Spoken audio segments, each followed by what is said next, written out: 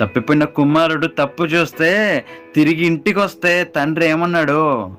ఏ నువ్వు తప్పు చేసావు వెళ్ళిపో అన్నాడా? ఏయ్ నువ్వు డబ్బులు తీసుకుని వెళ్ళిపోయావు వెళ్ళిపో అన్నాడా? నువ్వెంత దరిద్రంగా ఉన్నావు వెళ్ళి స్నానం చేయి అన్నాడా?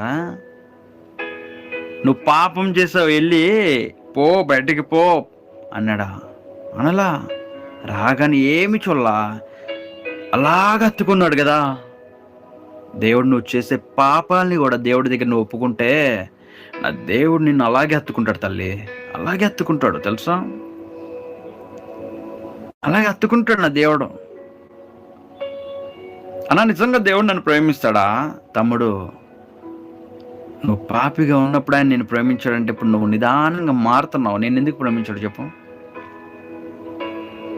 అలా నేను పాపినన్నా, నా హృదయంలో పాపపు థాట్స్ వస్తున్నాయన్నా, దేవుడు నన్ను క్షమించడన్నా.